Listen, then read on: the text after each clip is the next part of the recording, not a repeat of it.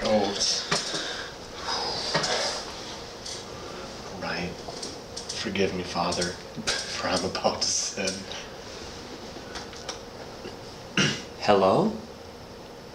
Is this for real? Is this a bonus episode of You Say We Say? Yes. Oh boy.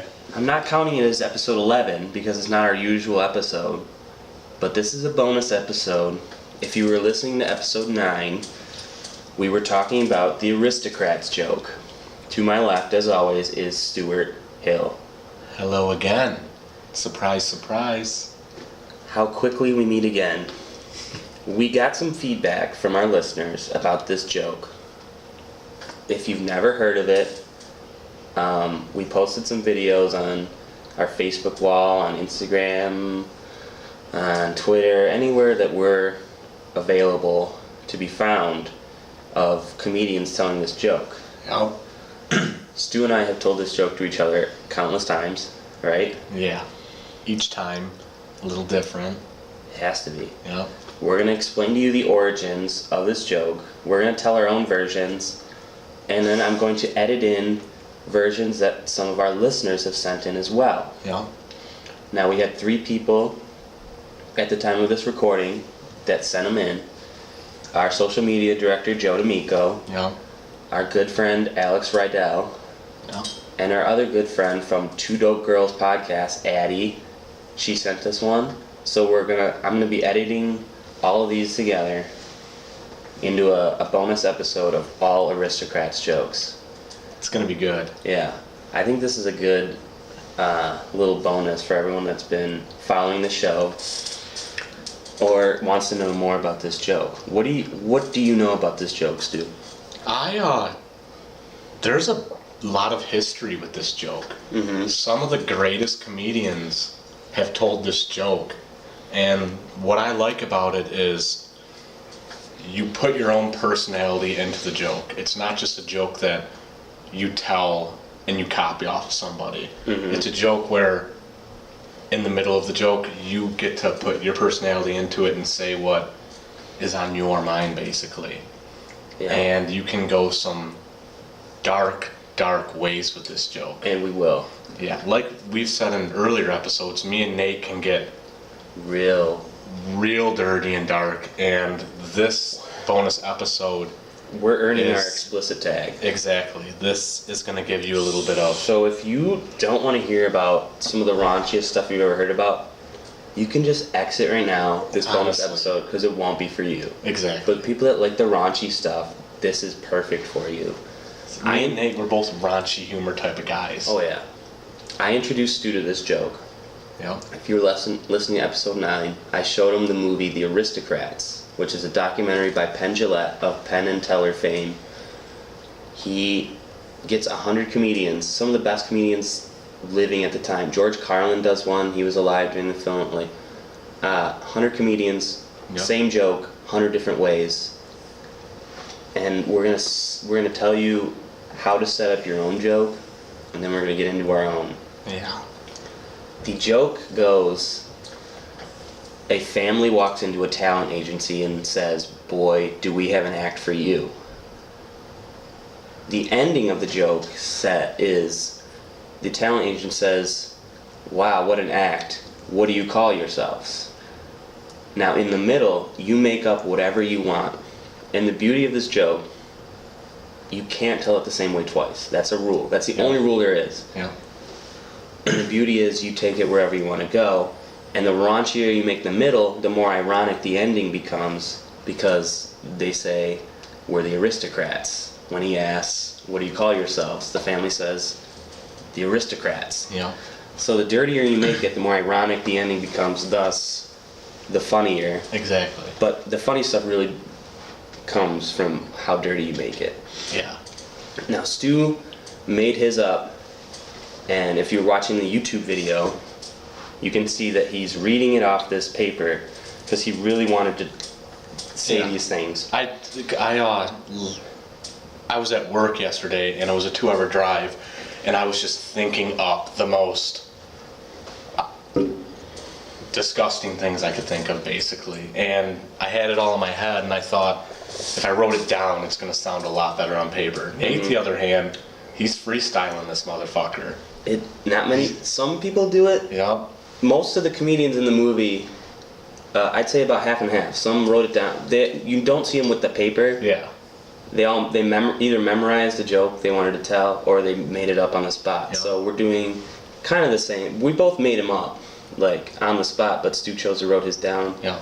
I'm just gonna go wherever I want to go with it, and I don't know if it's gonna be good or bad because I don't know what I'm gonna say yet. And that's the beauty of it. Yeah, That's awesome. And that's the beauty of this joke. So, if you want to start, if anyone asks you to tell a joke, because I don't know any jokes. Like I've done stand-up, I don't know jokes. Like I'm more of an observational. Like, hey, what's the deal with the taxis and blah blah blah. Yeah.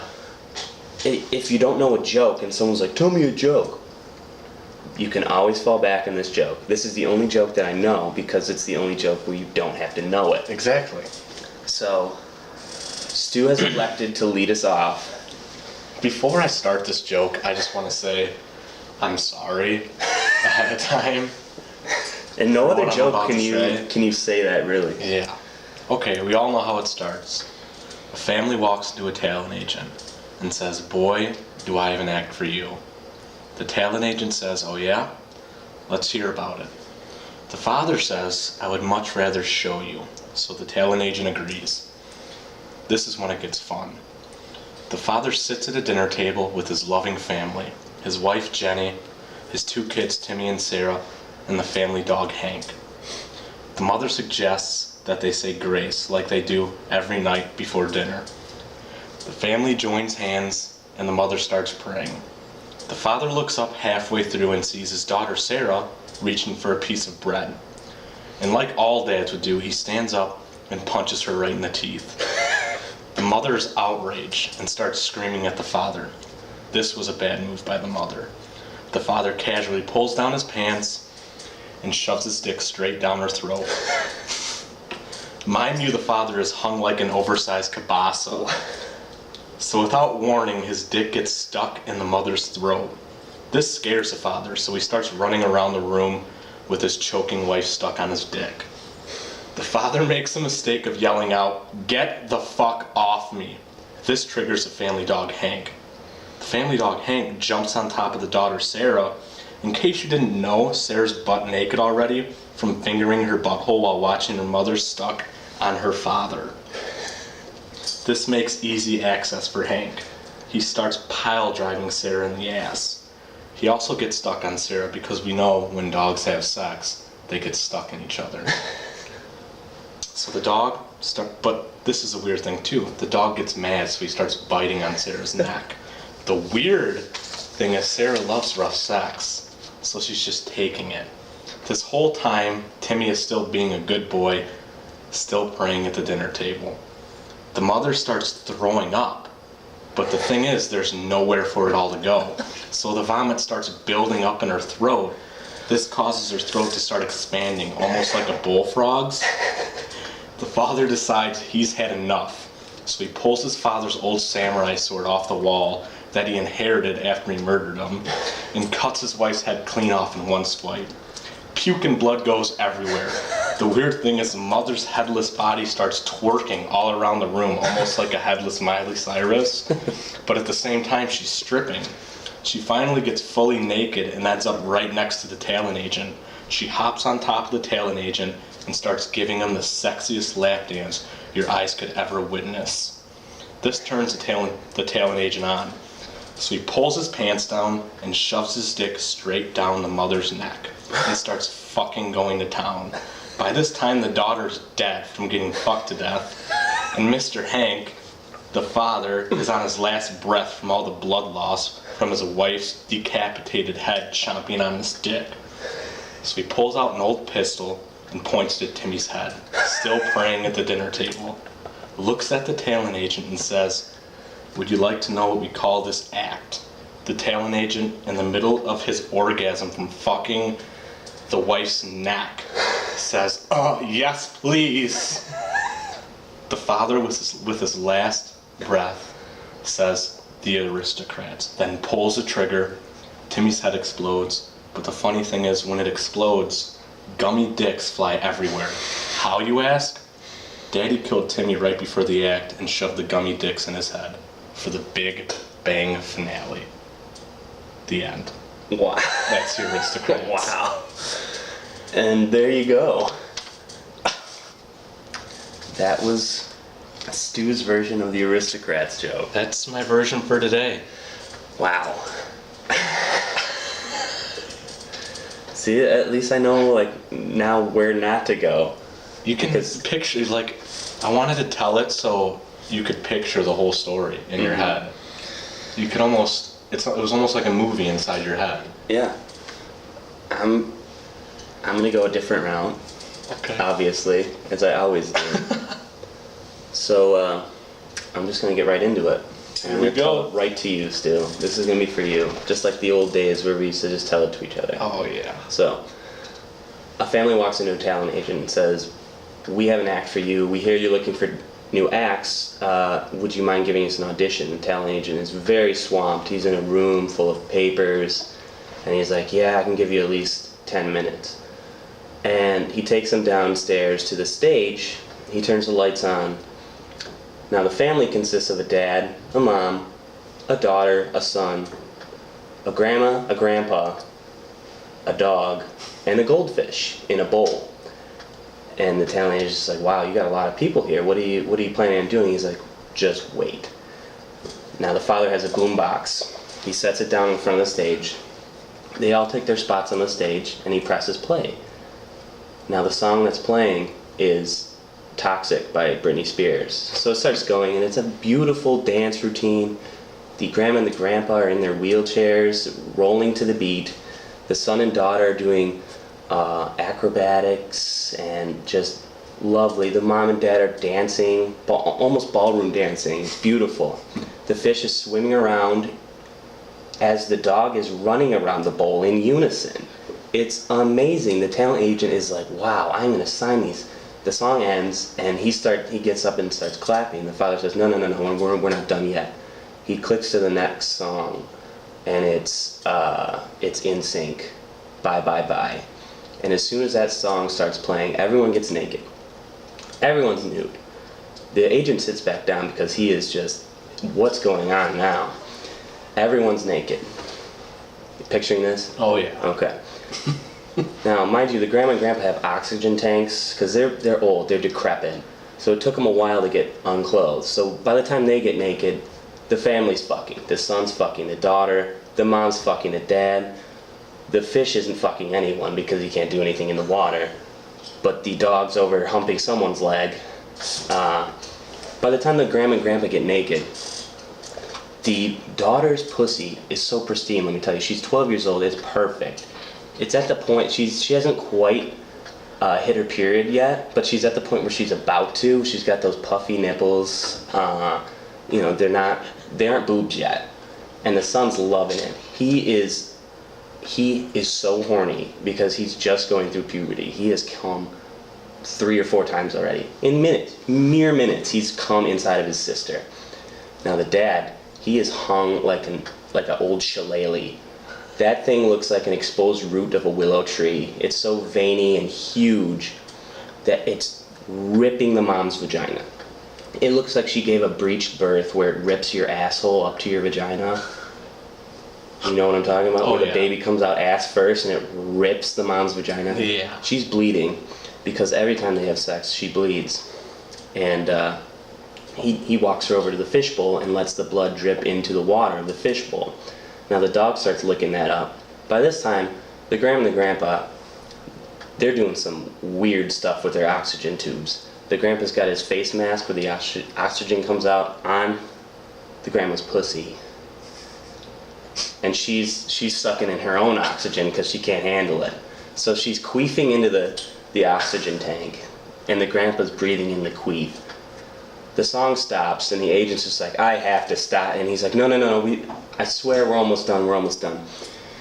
He switches tracks, okay? It's Bruce Springsteen comes on, and the agent he doesn't know how to stop it. He doesn't know how to stop this act. because it's gone. Everyone switches partners. They know this act down to a science. They switch partners at the start of the boss singing his tunes. The son is fucking the mom. The dad's fucking the grandma. Are you picturing this? Oh, that yeah. old shillelagh just ripping that wrinkly vagina apart. Her lips are sagging like two laundry bags full of old clothes. They're just really like jowls on a bulldog. That's what her pussy lips look like. The grandpa's fucking the dog.